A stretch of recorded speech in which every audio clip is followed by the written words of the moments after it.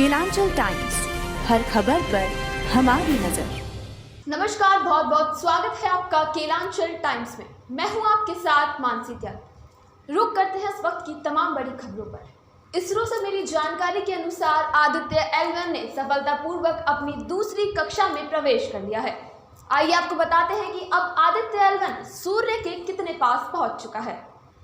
इसरो की ओर से लॉन्च किए गए भारत के पहले सूर्य मिशन के बारे में लगातार अपडेट निकलकर सामने आ रही हैं। आदित्य L1 लगातार अपनी निर्धारित दिशा में सफलतापूर्वक बढ़ते जा रहा है। अब इसरो ने अपडेट जारी करते हुए बताया है कि मिशन के यान ने सफलतापूर्वक पृथ्वी की कक्षा बदलने का दूसरा चरण पूरा कर लिया है। इसरो के अनुसार मॉरिशस, बेंगलुरु और पोर्ट ब्लेयर में इस ट्रैक इसरो के ग्राउंड स्टेशनों ने आदित्य L1 को ट्रैक किया। इसरो ने अपडेट जारी करते हुए बताया कि दूसरा चरण सफलतापूर्वक पूरा करने के बाद आदित्य L1 की नई कक्षा 282 किलोमीटर 4225 किलोमीटर हो गई है। अब इसरो की ओर से 5 दिन बाद आदित्य L1 को तीसरे ऑर्बिट में पहुंचाया जाएगा। आदित्य L1 आगामी 10 सितंबर को सुबह 2:30 पर तीसरी कक्षा में प्रवेश करने की कोशिश करेगा। जब आदित्य L1 पृथ्वी के स्फीयर ऑफ इन्फ्लुएंस यानी गुरुत्वीय बल के दायरे से बाहर हो जाएगा, तब ट्रांस लैग्रांज 1 इंसर्शन किया जाएगा, यानी उसे सूर्य की ओर L1 पॉइंट के लिए मोड़ दिया जाएगा।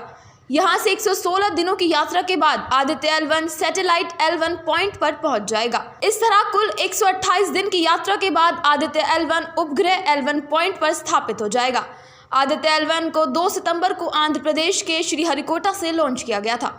आदित्य L1 को सूर्य की स्टडी के लिए L1 पॉइंट के हेलो ऑर्बिट में सेट किया जाएगा। ये पॉइंट सूर्य से करीब 15 लाख किलोमीटर दूर है। आदित्य L1 के साथ भेजे गए पेलोड सूरज की रोशनी, प्लाज्मा और चुंबकीय क्षेत्र का अध्ययन करेंगे। RSS से जुड़े मुस्लिम राष्ट्रीय मंच की महिला प्रतिनिधि मंडल ने विधि आयोग से अध्यक्ष के अपील की है। उन्होंने कहा है कि शादी की न्यूनतम उम्र फिक्स की जाए और साथ ही बहुविवाह पर बैन लगाया जाए।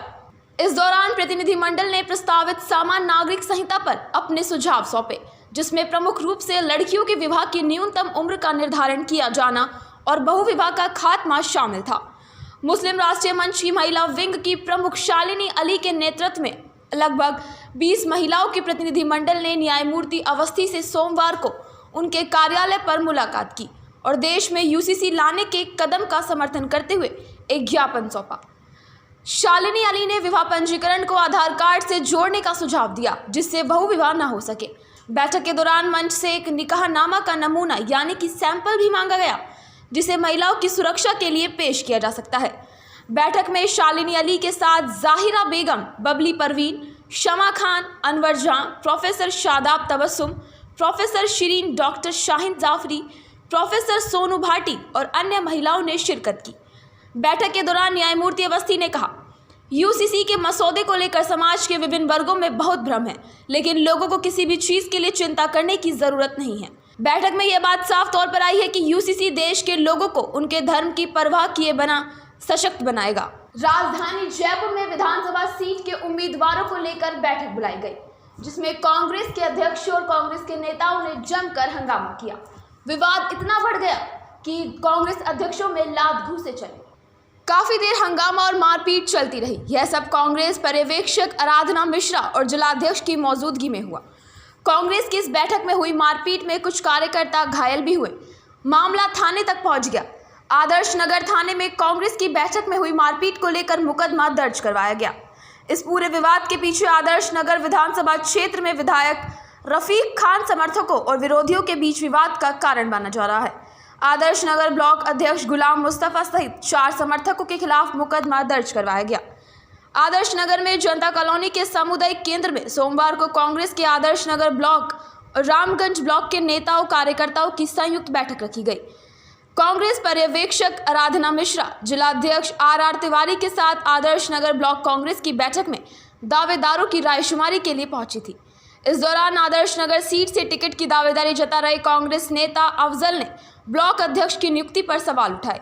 अफजल ने कहा, भाजपा कार्यकर्ता रहे गुलाम मुस्तफा को आदर्श नगर का ब्लॉक अध्यक्ष बना दिया गया। ब्लॉक अध्यक्ष और उनके समर्थक कार्यकर्ताओं की दावेदार अफजल से कहासुनी हो गई। बात इतनी बड़ी कि मारपीट होने लगी। कांग्रेस की बैठक में हुई मारपीट और हंगामे के कारण रायशुमारी को बीच में रोकना पड़ा। कार्यकर्ताओं ने किसी तरह से बीच बचाव किया। इसके बावजूद काफी देर तक हंगामा जारी रहा। हंगामे के बीच अलग अलग गुट के नेताओं के समर्थन में की जा रही नारेबाजी से पर्यवेक्षक आराधना मिश्रा नाराज हो गई। पर्यवेक्षक ने व्यक्ति विशेष के पक्ष में नारेबाजी नहीं करने की नसीहत देते हुए कार्रवाई की चेतावनी दी। उन्होंने कहा, कोई नारेबाजी नहीं करेगा। अगर इसी तरह से नारेबाजी की गई तो इसे अनुशासनहीनता माना जाएगा। अवैध खनन मामले में झारखंड के सीएम हेमंत सोरेन पर एक बार फिर से केस दर्ज हो चुका है। झारखंड के सीएम समेत उनके सलाहकार और उनके साथ साथ 20 लोगों पर एफआईआर दर्ज हुई है। जाने क्या है पूरा मामला। साहिबगंज अवैध खनन मामले में झारखंड के सीएम हेमंत सोरेन सहित सरकार की मुश्किलें बढ़ती नजर आ रही हैं। सीबीआई ईडी की ओर से की जा रही अवैध खनन की जांच के बाद अब इस मामले में एक और एफआईआर दर्ज की गई है। हाईकोर्ट के आदेश के बाद यह एफआईआर तीर्थनाथ आकाश व अनुरंजन अशोक की ओर से दर्ज कराई गई है। केस दर्ज कराने वालों न केवल सूचनात्मक जानकारी दी बल्कि वो सारे साक्ष्य भी देने का दावा किया जो ये बतलाने के लिए काफी है कि साहिबगंज में अवैध खनन हो रहा है। वहीं उन्होंने गैरकानूनी तरीके से ट्रांसपोर्टिंग होने के भी साक्ष्य उपलब्ध कराए हैं। तीर्थनाथ आकाश की ओर से सीएम हेमंत सोरेन, प्रेस सलाहकार अभिषेक प्रसाद पिंटू सहित 20 पर एफआईआर 3 सितंबर को कराई गई है। झारखंड पुलिस के ऑनलाइन एफआईआर सिस्टम के माध्यम से यह मामला दर्ज किया गया है। साहिबगंज के मुफस्सिल थाने में भी जानकारी दी गई है। एफआईआर दर्ज होने के बाद अब जांच शुरू हो गई। जाहिर है कि अवैध खनन और ट्रांसपोर्टेशन मामले में सरकार की राह आसान नहीं है। दरअसल साहिबगंज में हो रहे अवैध खनन और ट्रांसपोर्टेशन को लेकर तीर्थनाथ आकाश व अनुरंजन अशोक ने झारखंड हाईकोर्ट में रिट पिटीशन दायर की थी। इस पिटीशन को लेकर हाईकोर्ट ने आदेश दिया था कि दोनों साहिबगंज के ज्यूरिडिक्शन थाने में शिकायत दर्ज कराएं। दोनों को आदेश दिया गया था कि वे इस मामले में संबंधित साक्ष्य भी पुलिस को सौंपे। इसके बाद दोनों याचिकाकर्ताओं ने आवेदन दे दिया है। सीएम हेमंत सोरेन, सीएम के प्रेस सलाहकार अभिषेक प्रसाद पिंटू, विधायक प्रतिनिधि पंकज मिश्रा के अलावा डीसी रामनिवास यादव, तत्कालीन SP Anuranjan Kispotta, DFO Manish Tiwari, MO Vibhuti Kumar, तत्कालीन एसडीपीओ प्रमोद मिश्रा, राजेंद्र दुबे, दाहू यादव, विष्णु यादव, पवित्र यादव, आलोक रंजन, भगवान भगत आदि के खिलाफ दर्ज कार्रवाई की गई है। उपलब्ध डॉक्यूमेंट के मुताबिक सीएम हेमंत सोरेन, अभिषेक प्रसाद पिंटू और पंकज के कहने पर सरकारी पदाधिकारियों ने अवैध खनन और उसका ट्रांसपोर्टेशन कराया है। तीर्थनाथ आकाश की ओर से 200 से अधिक पन्ने का दस्तावेज भी गया है। उत्तर प्रदेश की मऊ विधानसभा उपचुनाव के लिए मतदान जारी हो चुके हैं। इसी बीच वहां के डीएम को धमकी मिली है, जहां डीएम अरुण कुमार को उनके ट्विटर अकाउंट पर धमकी से चेताया गया है। धमकी में कहा गया है कि मऊ के डीएम साहब को मैं सीधी चेतावनी देती हूं, अगर किसी तरह सपा के वोटरों पर लाठीचार्ज या उनके वोट देने का अधिकार नहीं मिला तो ये बात याद कर लेना डीएम साहब, सपा सरकार आने पर तुम अपनी इस नौकरी से हाथ धो बैठोगे। अखिलेश सरकार बनते ही तुम्हें असली औकात दिखा देंगे, याद रखना। जिलाधिकारी को ट्विटर पर मिली धमकी के बाद पुलिस ने मामले में एफआईआर दर्ज जांच शुरू कर दी है। पुलिस की तरफ से बताया गया कि विधानसभा क्षेत्र घोसी में उपनिर्वाचन के दृष्टिगत दिनांक 4 सितंबर 2023 को जिलाधिकारी अरुण कुमार द्वारा शाम को कई बूथों का निरीक्षण किया गया। निरीक्षण कार्यों का जिलाधिकारी के ट्विटर अकाउंट पर पोस्ट के उपरांत ज्योति यादव नाम से संचालित ट्विटर अकाउंट द्वारा जिलाधिकारी को धमकी भरा कमेंट प्रेषित किया गया। मामला संज्ञान में आने पर चुनाव के दृष्टिगत गठित एमसीएमसी के पटल प्रभारी राघवेंद्र पांडे द्वारा ज्योति यादव के खिलाफ थाना कोतवाली में शिकायत दर्ज करने पर आईपीसी की धारा 506, 507, 171F, 171G के अंतर्गत एफआईआर दर्ज की गई है। उधर सपा के आरोपों और डीएम को मिली धमकी पर डीआईजी अखिलेश कुमार ने कहा, अभी तक उपचुनाव में किसी तरह की कोई गड़बड़ी सामने नहीं आई है और न ही कहीं पर किसी तरह का माहौल खराब होने की सूचना मिली है।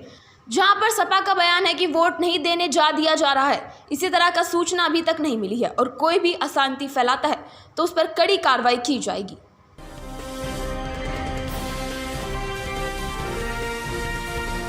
केलांचल टाइम्स, हर खबर पर हमारी नजर।